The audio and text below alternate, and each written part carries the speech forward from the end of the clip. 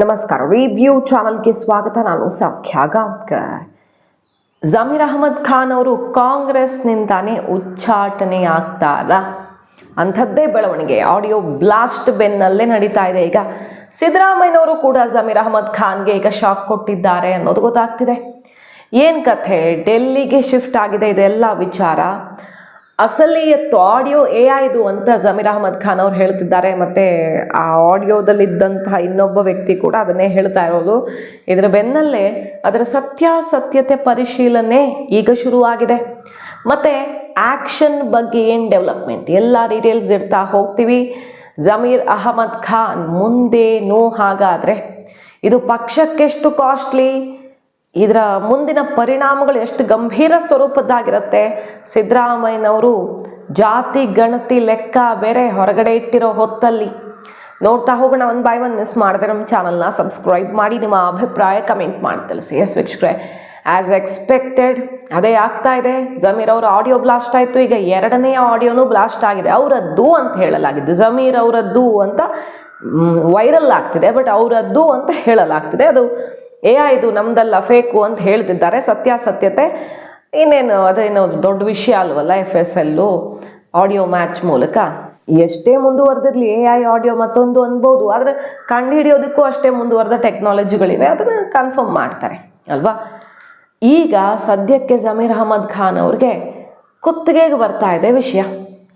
ಎರಡನೇ ಆಡಿಯೋ ಅಂತ ಹೇಳಲಾಗ್ತಿದೆಯಲ್ಲ, ಅವರದ್ದು ಅಂತ ಹೇಳಲಾಗ್ತಿರುವಂಥ ಎರಡನೇ ಆಡಿಯೋದಲ್ಲಿ ಏನಿದೆ, ಕಾಲ್ ಮಾಡಿ ಸಿರಾಜ್ ಅವ್ರಿಗೆ, ಅಂದರೆ ಆಡಿಯೋದಲ್ಲಿ ಇರೋ ಪ್ರಕಾರ ನಾವು ಹೇಳ್ತಿರೋದು, ಅದು ಸತ್ಯ ಸುಳ್ಳು ಅನ್ನೋದು ಕನ್ಫರ್ಮ್ ಆಗಬೇಕು. ಬಿಟ್ಟವರು ಹೌದು ಅಂತಿದ್ದಾರೆ, ಇವರು ಅಲ್ಲ ಅಂತಿದ್ದಾರೆ. ಸಿರಾಜ್ ಅವರದ್ದು ಅನ್ನಲಾದಂಥ ಧ್ವನಿಯಲ್ಲಿ ಏನು ಹೇಳ್ತಾರೆ ಅಂದರೆ, ಮೊಬೈಲ್ ಸ್ವಿಚ್ ಆಫ್ ಆಗಿರುತ್ತೆ. ಜಮೀರ್ ಅವರು ಸಿಟ್ಟು ಮಾಡ್ಕೊಳ್ತಾರೆ. ಆ ಆಡಿಯೋದಲ್ಲಿ ಹೆಸರು ಕೊಟ್ಟ ಪ್ರಕಾರ ಜಮೀರ್ ಅವರದ್ದು ಎನ್ನಲಾದ ಆಡಿಯೋ ಸಿರಾಜ್ ಅವರ ಆ ಧ್ವನಿ ವಿರುದ್ಧ ಸಿಟ್ಟು ಮಾಡ್ಕೊಳ್ಳುತ್ತೆ. ಏನಪ್ಪ ನೀನು ಫೋನೇ ಎತ್ತಲ್ಲ, ಬೆಳಗ್ಗೆಯಿಂದ ಟ್ರೈ ಮಾಡ್ತಾ ಇದ್ದೀನಿ, ಫೋನ್ ಸ್ವಿಚ್ ಆಫ್, ಇದು ನನ್ನ ಮರ್ಯಾದೆ ಪ್ರಶ್ನೆ, ಹಗಲು ರಾತ್ರಿ ಇದು ದೊಡ್ಡ ವಿಷಯವಾಗಿ ತಗೊಳ್ಬೇಕು, ಯಾರನ್ನೂ ಫೋರ್ಸ್ ಮಾಡಬೇಡಿ ಮುಸಲ್ಮಾನರನ್ನ ಹೋಗಿ ಓಟ್ ಹಾಕೋಕ್ಕೆ, ಅಂದರೆ ಎಲ್ಲರೂ ಮನೇಲೇ ಇರಲಿ ಅನ್ನೋ ರೀತಿಯಲ್ಲಿ ಇಂಡಿಪೆಂಡೆಂಟ್ ಓಟ್ ಹಾಕಿಸಿ ಕುಕ್ಕರ್ಗೆ ಹಾಕಿಸಿ. ಎಸ್ ಅಣ್ಣ, ಎಲ್ಲ ಕಡೆ ಕುಕ್ಕರೇ ನಡೀತಿದೆ, ಕುಕ್ಕರೇ ಆಗುತ್ತೆ, ಡೋಂಟ್ ವರಿ, ಅಂದರೆ STPI ಅಂತೆಲ್ಲ ಅಲ್ಲಿ ಸಂಭಾಷಣೆ ಇದೆ. ಒನ್ಸ್ ಅಗೇನ್ ಹೇಳ್ತಾ ಇದ್ದೀವಿ, ಯಾರದ್ದು ಅಂತ ಇನ್ವೆಸ್ಟಿಗೇಷನ್ನಲ್ಲಿ ಕಾಂಗ್ರೆಸ್ ಹೈಕಮಾಂಡೇ ಖಚಿತಪಡಿಸ್ಕೊಳ್ಳೋದಕ್ಕೆ ಮುಂದಾಗಿದೆ. ಅದರ ಬಗ್ಗೆ ಬರ್ತೀವಿ. ಎರಡನೇ ಆಡಿಯೋದ ಸಾರಾಂಶವನ್ನು ಹೇಳಿಬಿಡೋಣ. ಸೊ ಜಮೀರ್ ಅವ್ರಿಗೆ ಅಂದರೆ ಆಡಿಯೋದ ಪ್ರಕಾರ ನೋಡಕ್ಕೆ ಹೋದರೆ ಎಲ್ಲ ವಾರ್ಡ್ವಾರು ಮಾಹಿತಿಯನ್ನು ಇನ್ನೊಂದು ಕಡೆ ಧ್ವನಿ ಕೊಡುತ್ತೆ. ಎಲ್ಲ ಕಡೆ ಕುಕ್ಕರ್ರೇ ಅಂತ ಹೇಳಿರೋ ರೀತಿಯಲ್ಲಿ ಅಲ್ಲಿ ಆಡಿಯೋದಲ್ಲಿದೆ. ಒತ್ತಾಯಪೂರ್ವಕವಾಗಿ ಯಾರನ್ನೂ ಕರೆಸ್ಬೇಡಿ, ಎಲ್ಲರನ್ನೂ ಬಿಟ್ಬಿಡಿ, ಹೊರ ಊರಿನವ್ರಿಗೆ ಕರೆಸ್ಬೇಡಿ, ನೀವು ಅಲ್ಲಿ ಊಟ ಮಾಡಬಾರ್ದು ಅನ್ನೋ ರೀತಿಯಲ್ಲೆಲ್ಲ ಹೇಳ್ತಾರೆ. ಸೊ ಎಲ್ಲ ಬಂದೋಬಸ್ತ್ ಆಗಿಬಿಟ್ಟಿತ್ತು, ಪಕ್ಕಾ ಪ್ಲ್ಯಾನ್ ಆಗಿತ್ತು ಅಂತ ಈ ಆಡಿಯೋ ಹೇಳ್ತಾ ಇದೆ. ಕಂಪ್ಲೀಟಾಗಿ ಪಕ್ಷ ಸೋಲಿಸೋದಕ್ಕೆ ಆಗಿರುವ ಪ್ಲ್ಯಾನ್ನಂತೆ ಸೀಕ್ರೆಟನ್ನು ಸಿಡಿಸ್ತಾ ಇದೆ. ಆಡಿಯೋದ ಸತ್ಯಾಸತ್ಯತೆ ಏನು ಅಂತ ಕಂಡುಹಿಡಿಯೋದಕ್ಕೆ ಈಗ ಹೈಕಮಾಂಡ್ ಆದೇಶ ಆಗಿದೆ ಅನ್ನೋದು ಬಿಗ್ ಅಪ್ಡೇಟ್. ಏನದು ಸುದ್ದಿ ಅಂತ ಕೇಳಿದ್ರೆ, ಈ ಹಿಂದೆ ದಾವಣಗೆರೆ ಈ ರೀತಿ ಪಕ್ಷದ್ರೋಹ ಕೆಲಸ ಮಾಡಿದ್ದಾರೆ ಅನ್ನೋದಂತೂ ಖಚಿತ ಆಗಿದೆ ಅಲ್ವಾ. ಯಾಕೆ ಖಚಿತ ಆಗಿದೆ ಅಂದರೆ, ಇಬ್ಬರ ಮೇಲೆ ಆ್ಯಕ್ಷನ್ ಆಗಿದೆ. ಜಬ್ಬಾರ್ ಮೇಲೆ ಮತ್ತು ನಸೀರ್ ಅಹಮದ್ ಅವ್ರ ಮೇಲೆ ಕ್ರಮ ಆಗಿಬಿಟ್ಟಿದೆ ಆಲ್ರೆಡಿ. KPCC ಅಲ್ಪಸಂಖ್ಯಾತರ ಘಟಕದ ಅಧ್ಯಕ್ಷ ಸ್ಥಾನವನ್ನು ತ್ಯಜಿಸಬೇಕಾಯಿತು ನಸೀರ್ ಅಹಮದ್ ವಿರುದ್ಧ. CM ರಾಜಕೀಯ ಕಾರ್ಯದರ್ಶಿ ಹುದ್ದೆನೂ ಬಿಟ್ಟು ಅವರು ವಜಾ ಮಾಡಿದ್ರು ಮತ್ತು ಹುದ್ದೆ ಕಿತ್ಕೊಂಡ್ರು. ಅಬ್ದುಲ್ ಜಬ್ಬಾರ್ ಕಥೆ ಏನಾಯಿತು, ಪ್ರಾಥಮಿಕ ಸದಸ್ಯತ್ವವನ್ನೇ ಕಳ್ಕೊಂಡ್ರು ಅವರು.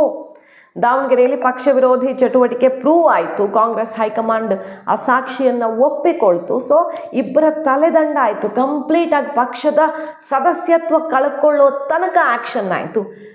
ಈಗ ಮಾಡಿರುವ ಆರೋಪ ನಿಜವೇ ಆಗಿದೆ ಅಂತ ಆಯಿತು ಅಲ್ವಾ. ಕಾಂಗ್ರೆಸ್ DK ಕ್ಯಾಂಪ್ ಅವರು, DK ಶಿವಕುಮಾರ್ ಅವರು ಓಪನ್ ಆಗಿ ಹೇಳಿದ್ರಲ್ಲ, ಅಲ್ಲಿ ಏನೇನಾಗಿದೆ ಅನ್ನೋದು ಹೈಕಮಾಂಡ್ಗೆ ಗೊತ್ತಾಗಿದೆ ಅಂತ. ಸಲೀಂ ಅಹಮದ್ ಅವರು, ರಿಜ್ವಾನ್ ಅರ್ಷದ್ ಅವರು ಎಲ್ಲ ಏನೇನು ಹೇಳಿದ್ರು ಅನ್ನೋದು ನೋಡಿದ್ವಿ ನಾವು. ಸೊ ಆರೋಪ ನಿಜ ಆಗಿದೆ, ಇವರಿಬ್ಬರ ಮೇಲೆ ಆ್ಯಕ್ಷನ್ ಆಗಿದೆ. ಇವರಿಬ್ಬರು ಸೂತ್ರಧಾರರಲ್ಲ, ಸೂತ್ರಧಾರನ ಆಡಿಯೋ ಈಗ ಬ್ಲಾಸ್ಟ್ ಆಗಿದೆ, ಅವರದ್ದು ಅಂತ ಹೇಳ್ತಿದ್ದಾರೆ. ಸೊ ಸೂತ್ರಧಾರ ಜಮೀರ್ ಅನ್ನೋದು ಪ್ರೂವ್ ಆದರೆ ಈಗ ಆಡಿಯೋ ಇನ್ವೆಸ್ಟಿಗೇಷನ್ಗೆ ಹೈಕಮಾಂಡ್ ಆದೇಶ ಕೊಟ್ಟಿದೆ ಅನ್ನೋದು ಗೊತ್ತಾಗ್ತಿದೆ. ಇಂಟರ್ನಲ್ ಸೋರ್ಸಸ್ಸು ಪ್ರೂವ್ ಆದರೆ ಜಮೀರ್ ಅಹಮದ್ ಖಾನ್ ಪಕ್ಷದಿಂದ ಉಚ್ಚಾಟಿಸಲ್ಪಡ್ತಾರಾ?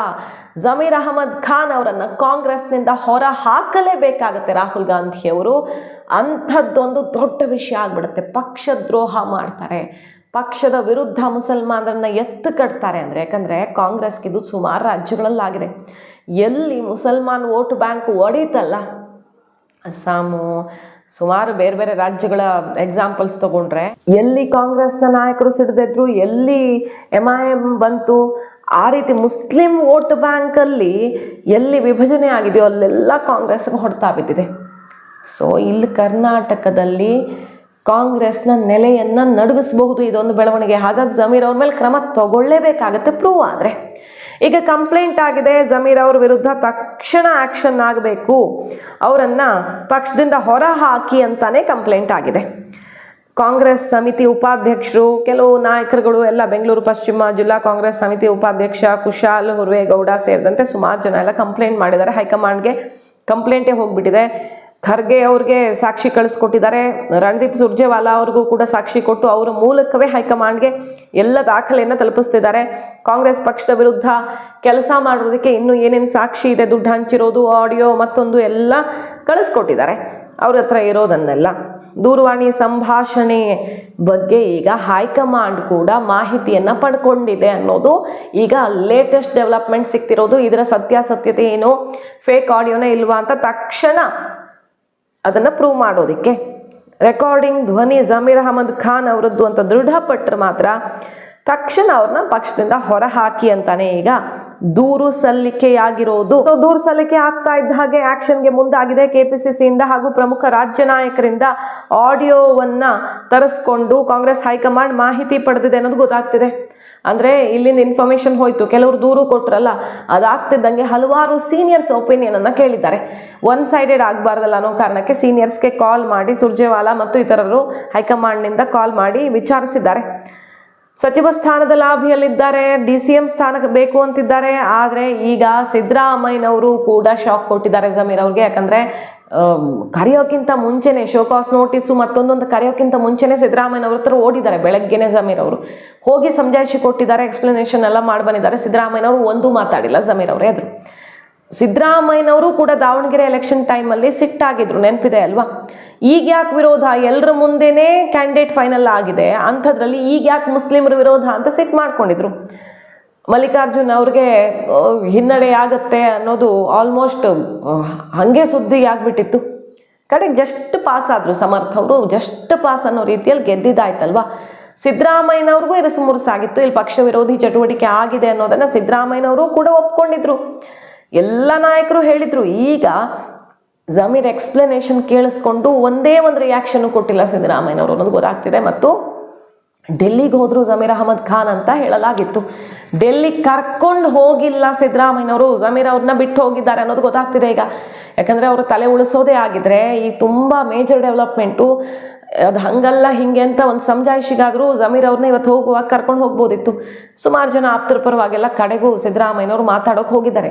ಮಾತಾಡಿರಲಿಲ್ಲ ಇಷ್ಟು ದಿನ, ಬೇರೆ ಬೇರೆ ಕಾರಣಗಳಿಂದ ಬೇಸರಗೊಂಡಿದ್ದಾರೆ ಅಂತ ರಿಪೋರ್ಟ್ಸ್ ಬಂತಲ್ಲ. ಬಟ್ ಇವತ್ತು ಮಾತಾಡೋಕೆ ಹೋಗಿದ್ದಾರೆ, ಬಟ್ ಜಮೀರ್ ಅವರನ್ನು ಬಿಟ್ಟು ಹೋಗಿದ್ದಾರೆ ಅನ್ನೋದ್ರಲ್ಲೇ ಅರ್ಥ ಆಗ್ತಿದೆ. ಸಿದ್ದರಾಮಯ್ಯನವ್ರಿಗೂ ಇದು ಇರುಸು ಮುರುಸು ತಂದಿದೆ. ಸೊ ಹೈಕಮಾಂಡ್ ಈ ಆಡಿಯೋ ಸತ್ಯಾಸತ್ಯತೆಯನ್ನು ಈಗ ಖಚಿತಪಡಿಸ್ಕೊಂಡು ಜಮೀರ್ ಅವರ ಮೇಲೆ ಬಿಗ್ ಆ್ಯಕ್ಷನ್ ತಗೊಳ್ಳೋದು ಫಿಕ್ಸಾ? ಕಾಂಗ್ರೆಸ್ನವ್ರು ಹೇಳೋ ಪ್ರಕಾರ ಅದು ಸತ್ಯ, ನಿಜವಾದದ್ದು, ಪಕ್ಷ ವಿರೋಧಿ ಕೆಲಸ ಆಗಿರೋದು ಅಂತ. ಇದ್ರ ನಡುವೆ ಕಾಂಗ್ರೆಸ್ ಶಾಸಕ ಹೊಸದಾಗಿ ಆಯ್ಕೆ ಆಗಿರುವಂತಹ ಸಮರ್ಥ್ ಶಾಮನೂರು ಅವರು ಇದನ್ನು ಖಚಿತಪಡಿಸ್ತಿದ್ದಾರೆ. ಇದೆಲ್ಲ ಓಪನ್ ಸೀಕ್ರೆಟ್, ಈಗ ಹೊರಗಡೆ ಬರ್ತಿದೆ ಅಷ್ಟೇ. ಎಲೆಕ್ಷನ್ ಟೈಮಲ್ಲಿ ಇದೆಲ್ಲ ಓಪನ್ ಸೀಕ್ರೆಟ್ ಆಗಿತ್ತು. ಈ ರೀತಿ ಮಾತ್ರ ಷಡ್ಯಂತ್ರದಿಂದ ಕೆಲವರು ಗೆಲ್ಲೋಕೆ ಸಾಧ್ಯ. SDPI, BJP ಅವರು ಇವರು ಎಲ್ಲ ಒಂದಾಗಿರೋದ್ರ ಬಗ್ಗೆ ಸಮರ್ಥ್ ಶಾಮನೂರ್ ಅವರ ರಿಯಾಕ್ಷನ್ ಈಗ ಗಮನ ಸೆಳೀತಿದೆ. ಹೊಸಬ ಇರಬಹುದು, ಬಟ್ ಈ ರೀತಿ ಡಿಸ್ಕರೇಜ್ ಮಾಡಬಾರ್ದು. ಆರಂಭದಲ್ಲೇ ತುಂಬಾ ಷಡ್ಯಂತ್ರ ಆಗಿದೆ, ಆದರೆ ದೇವಿನೇ ಅವ್ರಿಗೆಲ್ಲ ಪಾಠ ಕಲಿಸಿದ್ದಾಳೆ, ಆ ತಾಯಿನೇ ಪಾಠ ಕಲಿಸಿದ್ದಾಳೆ. ಈಗ ಫೊರೆನ್ಸಿಕ್ ಲ್ಯಾಬ್ಗೆ ಹೋಗಬೇಕಿದು. ಹೈಕಮಾಂಡ್ ಇದನ್ನು ಇನ್ವೆಸ್ಟಿಗೇಷನ್ ಮಾಡಿಸಿ ಸತ್ಯಾಸತ್ಯತೆ ಹೊರಗಡೆ ಬರುತ್ತೆ ನೋಡಿ ಅಂತ ಸಮರ್ಥ್ ಶಾಮನೂರು ಇದನ್ನು ಖಚಿತಪಡಿಸ್ತಿದ್ದಾರೆ. ಇದು ನಡೆದಿರೋದೇ ಸತ್ಯ ಅಂತ. ಅಲ್ಲಿಗೆ ಜಮೀರ್ ಅಹಮದ್ ಖಾನ್ ಅವರ ತಲೆದಂಡ, ಬರೀ ತಲೆದಂಡ ಅಂದ್ರೆ ಸಚಿವ ಸ್ಥಾನ ಇಲ್ಲ, ಅದಿಲ್ಲ, ಇದಿಲ್ಲ ಅಲ್ಲ, ಪಕ್ಷದಿಂದಲೇ ಹೊರದೂಡಲ್ಪಡುವ ದೊಡ್ಡ ಬೆಳವಣಿಗೆ ಆಗಬಹುದು. ಈಗ ತುಂಬ ಜನರ ರಿಯಾಕ್ಷನ್ ಬರ್ತಿದೆ ನೋಡಿ. ಇವರು ಯಾರೋ ಶಿಗ್ಗಾವಿ ಕ್ಷೇತ್ರದ ಅಲ್ಪಸಂಖ್ಯಾತ ಶಾಸಕ ಯಾಸೀರ್ ಖಾನ್ ಪಠಾಣ್ ಪಕ್ಷ ತಾಯಿ ಇದ್ದಂಗೆ ನಮಗೆ ಪಕ್ಷ ವಿರೋಧಿ ಚಟುವಟಿಕೆ ಬಗ್ಗೆ ಮೊದಲೇ ಹೇಳಿದ್ವಿ ನಾವು. ಈಗ ಹೊಸ ಆಡಿಯೋ ಎಲ್ಲ ನೋಡಿ ಬಹಳ ಆಶ್ಚರ್ಯ ಆಗ್ತಿದೆ. ಕಾಂಗ್ರೆಸ್ ಪಕ್ಷಕ್ಕೆ ಈ ರೀತಿ ತಪ್ಪು ಮಾಡೋದು ನೋಡಿ, ಒಂದು ಕುಟುಂಬ ಇದ್ದಂಗೆ ಇರೋದ್ರಲ್ಲಿ ತಪ್ಪು ಮಾಡೋದು ನೋಡಿ ತುಂಬ ಬೇಜಾರಾಗ್ತಿದೆ. ಜಮೀರ್ ಆಗಲಿ ಯಾರೇ ಆಗಲಿ ಶಿಸ್ತು ಕ್ರಮ ಆಗಲೇಬೇಕು ಅಂತ ಕಾಂಗ್ರೆಸ್ನ ಶಾಸಕನೇ ಅದೇ ಕಮ್ಯುನಿಟಿಯವರು ಸಿಡಿದಿದ್ದಾರೆ. ಸೊ ಕಾಂಗ್ರೆಸ್ನ ಒಳಗಡೆ ಎಲ್ಲರೂ ಈಗ ಬಹುಪಾಲು ಶಾಸಕರು ನಾಯಕರು ಜಮೀರ್ ತಲೆದಂಡಕ್ಕೆ ಹೈಕಮಾಂಡ್ ಮೇಲೆ ಒತ್ತಡ ಹಾಕ್ತಿರೋದು. ಸಿದ್ದರಾಮಯ್ಯನವರು ಕೂಡ ಇದನ್ನು ವಹಿಸ್ಕೊಳ್ಳೋ ಪರಿಸ್ಥಿತಿಯಲ್ಲಿಲ್ಲ. ಜಮೀರ್ ಅವರ ಕಥೆ ಫಿನಿಶ್. ಹಾಗಾದರೆ ಕಾಂಗ್ರೆಸ್ನಲ್ಲಿ ಬಂದಾಗಿಂದ ಇಲ್ಲಿ ತನಕ ಎಷ್ಟೆಷ್ಟು ಸೀನಿಯರ್ಸ್ ನಡುವೆ ಅವರು ಸಚಿವರಾದರು, ದೊಡ್ಡ ದೊಡ್ಡ ಖಾತೆ 2-3 ಖಾತೆ ಸಿಕ್ಕಾಪಟ್ಟೆ ಟಾರ್ಗೆಟ್ ಆಗಿದ್ರು ಎಲ್ಲರಿಂದ. ಬಟ್ ಏನು ಮಾಡೋಕ್ಕಾಗ್ತಿರ್ಲಿಲ್ಲ. ಅವ್ರಿಗಿದ್ದ ಜನಪ್ರಿಯತೆಯಿಂದ ಈಗ ಎಲ್ಲ ಕಡೆಯಿಂದ ತಗಲಾಕೊಂಡ್ರ ಜಮೀರ್ ಅವರು. ಹೇಳಿ ಸರ್, ಈಗ ನಿಮಗೂ ಗೊತ್ತು ಚುನಾವಣೆ ಟೈಮ್ನಲ್ಲಿ ಇಂಥವೆಲ್ಲ ಚೂರು ಓಪನ್ ಸೀಕ್ರೆಟೇ ಆಗಿದ್ವು. ಆದರೆ ಏನೈತಿ, ಪಾರ್ಟಿ ಇನ್ವೆಸ್ಟಿಗೇಟ್ ಮಾಡಲಿ, ಆಡಿಯೋ ಕ್ಲಿಪ್ ವೆರಿಫೈ ಮಾಡಲಿ ಸರಿಯಾಗೈತಾ ಇಲ್ಲ ಅಂತ. ಆಮೇಲೆ ಏನೋ ಚೂರು ಎವಿಡೆನ್ಸ್ ಏನೈತಿ ಎಲ್ಲದು ಹೊರಗೆ ಬರಲಿ. ಆಮೇಲೆ ಏನು ಆ್ಯಕ್ಷನು ಅದೆಲ್ಲ ಹೈಕಮಾಂಡ್ ಮೇಲೆ ಬಿಟ್ಟು. ಈಗ ಆಲ್ರೆಡಿ ಒಂದಿಬ್ಬರ ಮೇಲೆ ಕ್ರಮ ಆಗಿದೆ. ಹ್ಞೂ ರೀ. ಈಗ ಪಾರ್ಟಿ ಒಳಗೆ ಈ ಥರ ಇದ್ದು ಈ ಥರ ಮಾಡಿದ್ರೆ ಎಲ್ರಿಗೂ ಸಮಸ್ಯೆ ಇದು. ಹ್ಞೂ ರೀ. ಇಲ್ಲ, ಇದು ನೀವು ನೋಡಿರ, ಇದು ಪ್ರತಿ ಎಲೆಕ್ಷನಲ್ಲಿ ಯಾವ್ದಾರ ಪಕ್ಷ ಇರಲಿ ಹಿಂಗೆ ಇರ್ತವೆ ರೀ. ನೀವು ನ್ಯೂಸ್ ಅವರೇ ಕವರ್ ಮಾಡ್ತೀರಾ, ಎ ಟೀಮು ಬಿ ಟೀಮು. ಆದರೆ ಭಾಳ ಕಡೆ ಎಲೆಕ್ಷನ್ ಬಂದಾಗ ಯಾರ ಕ್ಯಾಂಡಿಡೇಟ್ ಘೋಷಣೆ ಆದಮೇಲೆ ಎಲ್ಲರೂ ಒಗ್ಗಟ್ಟಿಂದ ಕೆಲಸ ಆ ಆಡಿಯೋ ಕ್ಲಿಪ್ ವೆರಿಫೈ ಮಾಡಬೇಕು, ವೆರಿಫೈ ಮಾಡಲಿ. ಅದಾದಮೇಲೆ ಏನು ಆ್ಯಕ್ಷನ್ ಯಾರು ತಗೊಂತಾರೆ ಅವ್ರ ಆ್ಯಕ್ಷನ್ ತಗೊಳ್ಳಿ. ಜಮೀರ್ ಅವ್ರ ಪ್ರಕಾರ ಸುಳ್ಳು. ನೋಡೋಣ ಸರಿ, ಇದಾಗ್ಬಿಟ್ರೆ ಏನಾಗತ್ತೆ?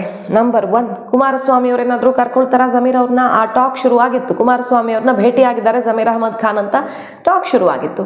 ಬಟ್ JDSನವರು ಆ ರೀತಿ ಸಂಪರ್ಕ ಮಾಡಿದ್ರೆ ಮುಂದೆ ನೋಡೋಣ ಅಂತ ನಿಖಿಲ್ ಅವರ ರಿಯಾಕ್ಷನ್ ಎಲ್ಲ ಬಂದಿತ್ತು. ದೊಡ್ಡವರು ನಿರ್ಣಯ ತಗೊಳ್ತಾರೆ, ಈಗ ಅಂಥದ್ದೇನೂ ಆಗಿಲ್ಲ ಅಂತ ಹೇಳಿದರು. ಬಟ್ ಏನೋ ಸ್ವಲ್ಪ ಸಾಫ್ಟ್ ಆಗಿ ಕುಮಾರಸ್ವಾಮಿ ಅವ್ರ ರಿಯಾಕ್ಷನ್ ಬಂದಂಗೆ ಕಾಣಿಸ್ತು ಅವತ್ತು ಈ ಡೆವಲಪ್ಮೆಂಟ್ ಆದಾಗ. JDSಗಂತೂ ಈ ಹೊತ್ತಲ್ಲಿ ತುಂಬ ಸ್ಟ್ರಾಂಗ್ ಲೀಡರ್ಸ್ ಎಷ್ಟು ಜನ ಸಿಗ್ತಾರೋ ಅಷ್ಟು ಜನ ಬೇಕು.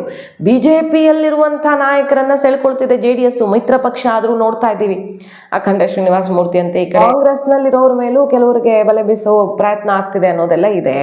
ಈಗ ಜಮೀರ್ ಅಹಮದ್ ಖಾನ್ ಅವ್ರು ಬಂದರೆ ಕುಮಾರಸ್ವಾಮಿ ಅವರಿಗೆ ಹಳೆಯ ಸ್ನೇಹ ಬೇರೆ ಸಿಕ್ಕಾಪಟ್ಟೆ ಬಲ ಬಂದಂಗಾಗತ್ತೆ. DK ಎದುರಿಸೋದಕ್ಕೆ, DK ಕಟ್ ಹಾಕೋದಕ್ಕೆ ಕುಮಾರಸ್ವಾಮಿ ಅವ್ರಿಗೆ ಬ್ರಹ್ಮಾಸ್ತ್ರವೇ ಸಿಕ್ಕಂಗಾಗುತ್ತೆ. ಸೊ ಕುಮಾರಸ್ವಾಮಿ ಅವರಿಂದ ಪ್ರಯತ್ನ ಅಂತೂ ಶುರು ಆಗ್ಬೋದು. ಏನೂ ಸಿಗದೆ ಹೋದರೆ ಜಮೀರ್ ಅವ್ರಿಗೆ DCM ಇಲ್ಲ, ಸಚಿವ ಸ್ಥಾನ ಇಲ್ಲ, ದೇಶವ್ಯಾಪಿ ದೊಡ್ಡ ಹೆಸರು ಮಾಡಿಬಿಟ್ಟಿದ್ದಾರೆ ಅವ್ರ ಕಮ್ಯುನಿಟಿಯಲ್ಲಿ, ಪಕ್ಷದಲ್ಲಿ.